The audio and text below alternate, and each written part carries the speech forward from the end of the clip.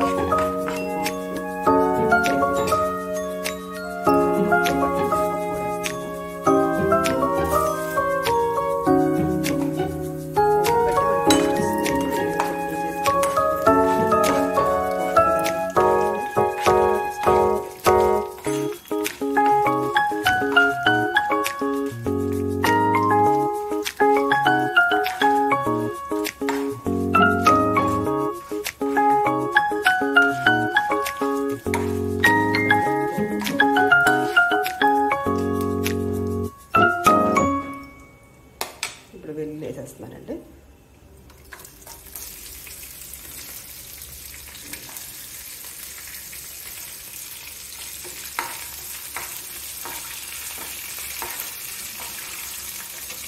వెల్లుల్లితో పాటు అల్లం కూడా వేస్తున్నానండి.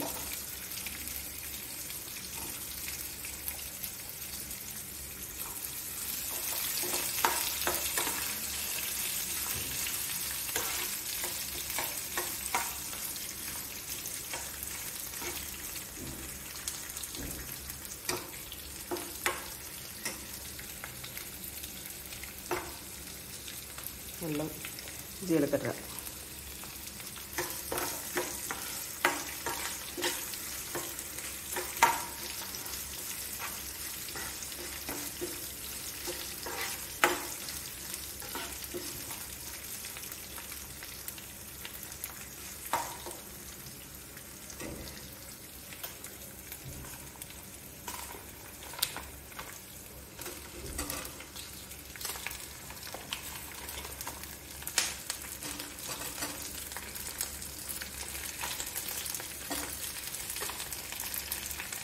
పచ్చిమిర్చి వేసేస్తున్నాండి. కొంచెం ఎర్రగా ఉన్న పచ్చిమిర్చి వేసుకుంటే బాగుంటుందండి, కారంగా ఉంటుంది అన్నమాట. టమాటాలు కొంచెం పులుపు కదా, స్పైసీకి ఇవి బాగుంటాయి అన్నమాట. కారంగా ఉంటే బాగుంటుంది కదండి చట్నీ ఏదన్నా.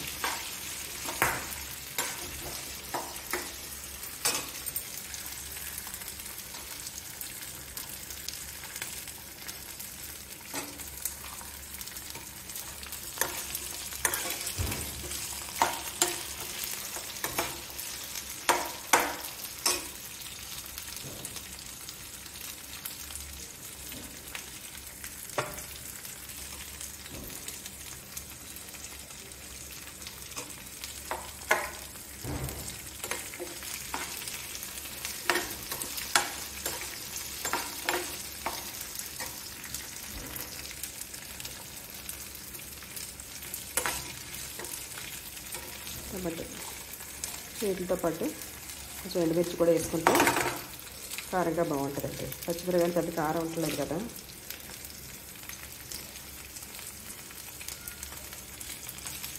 ఎండుమిర్చి వేసుకుంటే కొంచెం కారం బాగుంటుంది.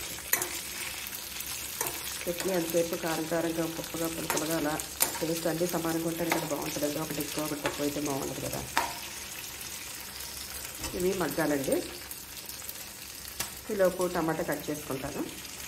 టమాటా కట్ చేసి వేసుకోవాలి అండి. టమాటా కట్ చేసేసాను కదా, టమాటాతో పాటు కల్లుపు కూడా వేసాను. బాగా మగ్గాలండి. ఇప్పుడు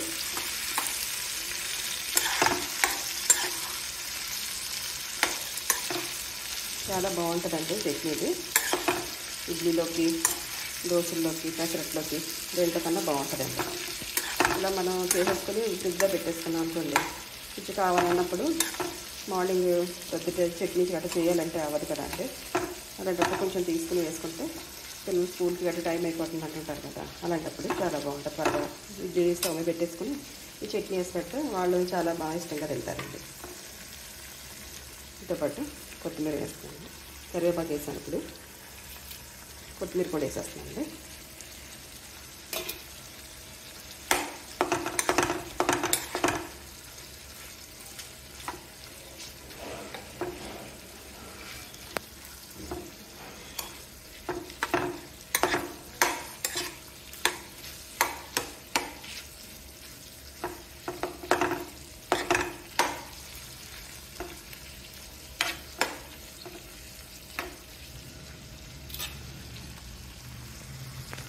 చూడండి ఎంత కలర్ఫుల్గా ఉందో. కలర్ఫుల్ అండ్ టేస్ట్ కూడా చాలా బాగుంటుందండి.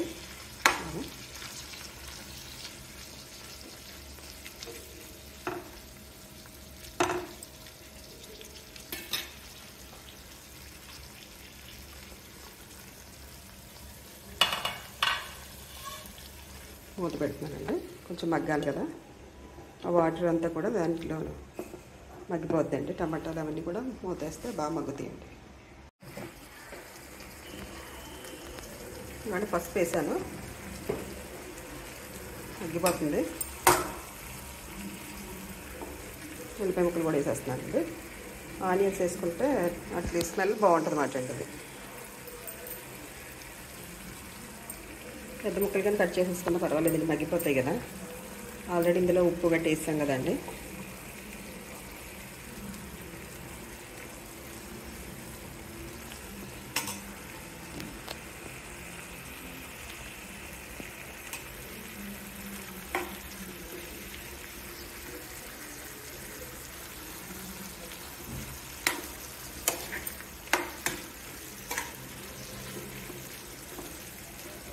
ఇదిగోండి కొంచెం మగ్గాలి. ఇప్పుడు ఉల్లిపాయ వేసాను కదా, ఆనియన్స్ వేస్తే స్మెల్ కూడా బాగుంటుందండి.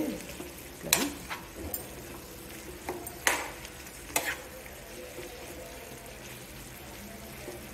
ఇది వరకు అయితే పిల్లలు కొంచెం హెల్ప్ చేసేవారు కదండి. ఇప్పుడు పిల్లలకు కూడా ఖాళీ ఉండలేదు, వాళ్ళు చదువుకోవటం లేదు, వాళ్ళు బిజీగానే ఉంటున్నారు.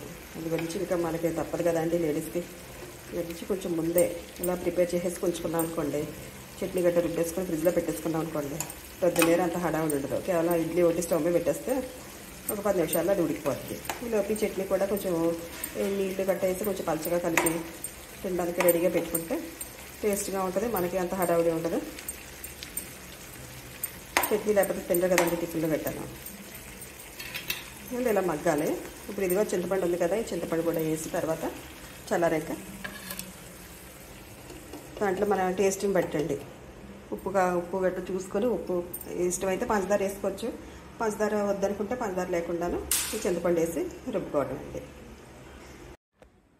ఇదిగోండి ఎంతో టేస్టీగా ఉండే టమాటా పచ్చడి రెడీ అయిపోయిందండి. చూడండి, ఓకేనా అండి. చాలా టేస్ట్గా ఉంటుందండి. ఇలాగ చేసి చూడండి ఒకసారి, చాలా బాగుంటుంది. ఓకేనా అండి. నచ్చితే లైక్ చేయండి, షేర్ చేయండి, సబ్స్క్రైబ్ చేసుకోండి.